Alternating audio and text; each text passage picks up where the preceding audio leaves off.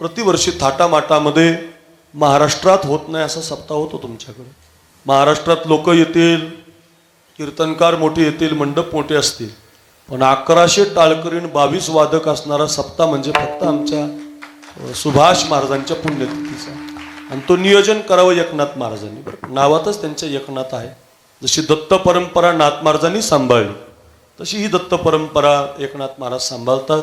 आणि मग अगदी महाराष्ट्रानं देशानं पाहावा असे 1100 टाळकरी, काय टाळाचा निनाद आहे, आवाज आहे, असे 1100 टाळकरी या कार्यक्रमासाठी उपस्थित असतात।